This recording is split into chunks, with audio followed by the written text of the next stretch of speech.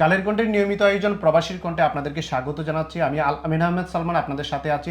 আজকে আমাদের সাথে এমন একজন অতিথি আছেন যিনি দেশের টানে এবং দেশমাতৃকার টানে প্রবাসে থেকেও তিনি তার সাহিত্য রচনাকে চালিয়ে গেছেন এবং দেশের প্রকৃতি, মাটি ও মানুষকে নিয়ে যিনি নিয়মিত লিখে যাচ্ছেন। ইতিমধ্যে তার বেশ কিছু আলোচিত গ্রন্থ প্রকাশিত হয়েছে এবং যেগুলো আমাদের পাঠক সমাজে বেশ সমাদৃত হয়েছে। তো আজকে আমরা কথা বলবো হচ্ছে বিশিষ্ট কবি ও কথা সাহিত্যিক লন্ডন প্রবাসী গুলশানারা রুবির সাথে। আপনি কেমন আছেন? আলহামদুলিল্লাহ, আমি ভালো আছি। তো আমরা যদি প্রথমে আপনার কাছ থেকে জানতে চাই যে বাংলাদেশের কোন জেলাতে আপনি জন্মগ্রহণ করেছেন এবং আপনার শৈশব সেখানে কেমন কেটেছে, যদি আপনি আমাদেরকে একটু জানান। আমার জন্মগ্রহণ হবিগঞ্জ মোহনপুর গ্রামে। আমার শৈশবকাল খুবই সুন্দর ছিল। আপনি কোথায় পড়াশোনা করেছেন? আমি প্রথমে প্রাইমারি স্কুল হবিগঞ্জ প্রাইমারি স্কুলে পড়ছি, তার বাদে বিকেজি গার্লস স্কুলে। এই যে বিকেজিসে গার্লস স্কুলে পড়ার সময় তো আপনি ওইখানে কোন শ্রেণী পর্যন্ত পড়াশোনা করেছেন বিকেজিসতে? আমি ক্লাস 9 পাস করছি।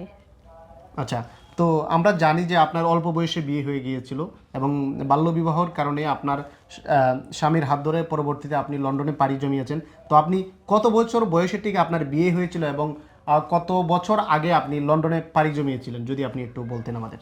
আমার বিয়ে হয়েছে 1988 এপ্রিল মাসের 14 তারিখ।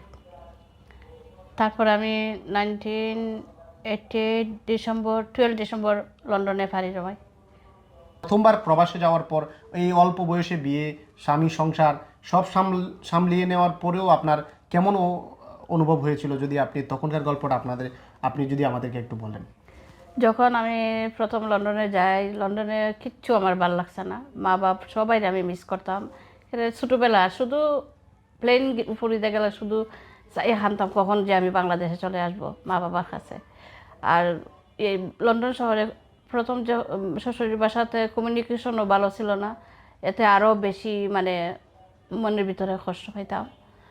আর সবাইকে নিয়ে একমতে ভালোই ছিলাম, বাট মন পড়ে থাকতো দেশের প্রতি। আপনি বাঙালি মেয়ে কিন্তু পরবর্তীতে লন্ডনে বধূ হয়েছেন।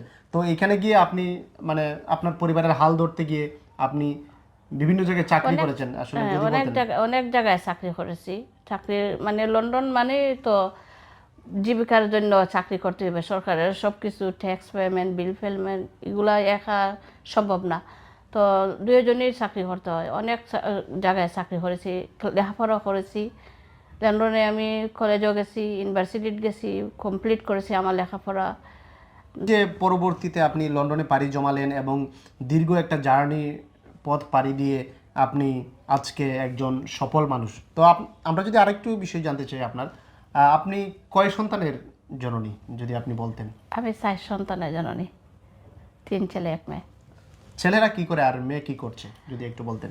আমার বড় ছেলে কোম্পানিতে জব করে, আর মেজর ছেলে ব্যাংকে চাকরি করে, জি। আর ছোটো ছেলে এডিয়েট কোম্পানির মধ্যে সুপারভাইজার, আর মেয়ে কলেজে পড়ে।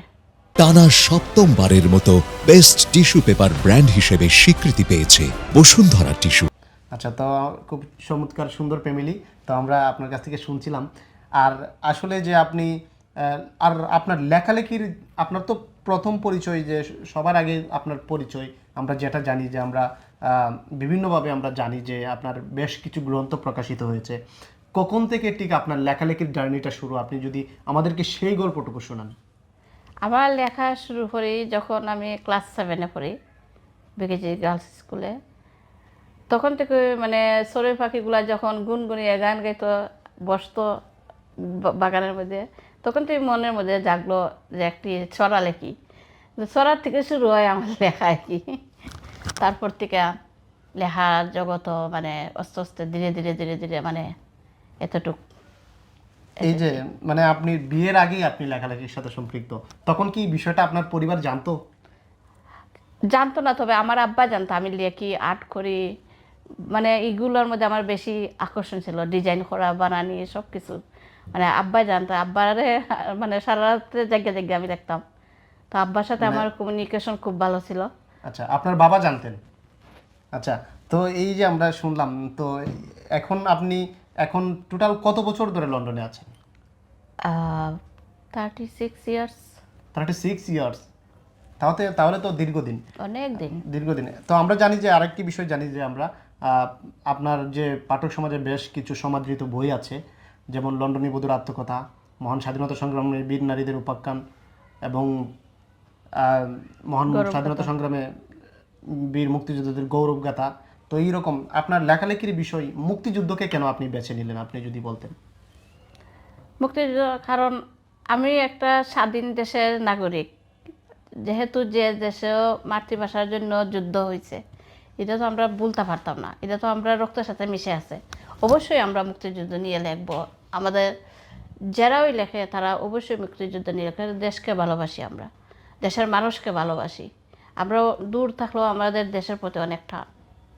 আপনার লেখালেখির যে উপজীব্য যে বিষয়গুলো আছে, আপনার লেখালেখিতে আমরা বেশিরভাগ লক্ষ্য করি যে বিষয়টি, এটা হচ্ছে যে হাওর এবং হাওরের মানুষ। কেন হাওর এবং হাওরের মানুষকে নিয়ে আপনি ভাবেন, যদি আপনি একটু আমাদেরকে বলেন। হাওরের মানুষ সে নিয়ে ভাবি কারণ হাওর থেকে তো সব কিছুই সৃষ্টি, হাওর থেকে সব কিছু আসে, নদী নালা, মাছ, প্রকৃতি, মানুষ, জীবিকা, সব কিছুই হাওর থেকেই শুরু হয়। তা হাওর দিয়ে লিখবো না তো কি দিয়ে লিখবো? আর আমরা জানি যে বাংলাদেশে যে 7টি হাওর জেলা আছে, আপনার হবিগঞ্জও কিন্তু হাওর জেলা। হ্যাঁ, তো সেই হাওরের সাথে আপনার হাওরের কাদামাটিতে আপনার বেড়ে ওঠা। অবশ্যই। আর লেখালেখি করে সময় কাটে নাকি এর পাশাপাশি অন্য কিছু করেন, যদি আপনি বলতেন? বর্তমানে আমার এখন লেখালেখি বেশি চলে, তার ফাঁকে ফাঁকে আমার একটা গার্ডেন আছে, তো বাগানের মধ্যেও সময় দেই, লেখালেখির মধ্যে বেশি সময় কাটে আমার, এগুলা নিয়ে আসি। আর বাচ্চান তো আছে।